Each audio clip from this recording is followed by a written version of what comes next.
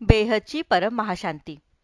आज आपल्याला बापूजी मनःशांतीसाठी आत्मा आणि परमात्म्याचे नाते समजावून सांगत आहेत. मन का बदलत नाही? अनेक आत्मे मन बदलण्याचा प्रयत्न करतात, पण मन तसं का बदलू शकत नाही? हे कारण अतिशय सूक्ष्म आहे. मन हे आपल्या कारण शरीराशी जोडलेले आहे. अनेक जन्मांपासून जे कर्म आपण केले, मन, वचन आणि कर्मातून त्याचे सारे रेकॉर्ड कारण शरीरात साठलेले असतात. म्हणून मन त्या रेकॉर्डनुसारच काम करते. कारण शरीरावर सूक्ष्म जगाचा परिणाम असतो आणि त्या सूक्ष्म वातावरणातून एक औरा तयार होतो. तो औरा देखील आपल्या विचारांवर, मनावर परिणाम करतो.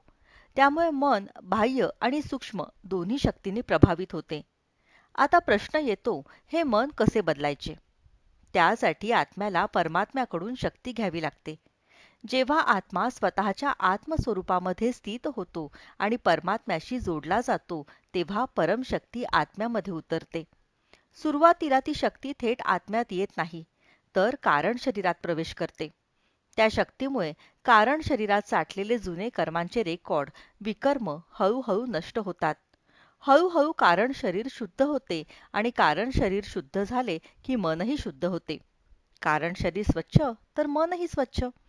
जेव्हा मन पूर्णतः स्वच्छ होते, तेव्हा ते सहजच परमात्म्यामध्ये रमायला लागते. त्यावेळी आत्मा आणि परमात्मा एकरूप अवस्थेमध्ये येतात. आत्मा परमात्मा एकत्वाची अनुभूती तिथे येते. तेव्हा आत्मा जगातील कोणत्याही बंधनात राहत नाही. तो आपल्या मूळ स्वरूपात, आपल्या परमपित्याकडे, आपल्या रचयित्याकडे परत जातो. हीच आहे कर्मबंधनातून मुक्त होण्याची प्रक्रिया. हीच आहे विकर्म विनाशाची विद्या. आणि ही विद्या फक्त ज्ञानानेच मिळते, आत्मस्वरूपाच्या ज्ञानाने. आत्मस्वरूप बनणे म्हणजे एका क्षणाचं काम नाही. ही नष्टो मोहास्मृती लुब्धा आणि इच्छा मात्र विद्या या 3 टप्प्यांची खोल तपश्चर्या आहे. जो आत्मा या मार्गावर टिकतो, तोच शेवटी पूर्ण शांतीला, परमशांतीला पोहोचतो. बेहदची परम महाशांती.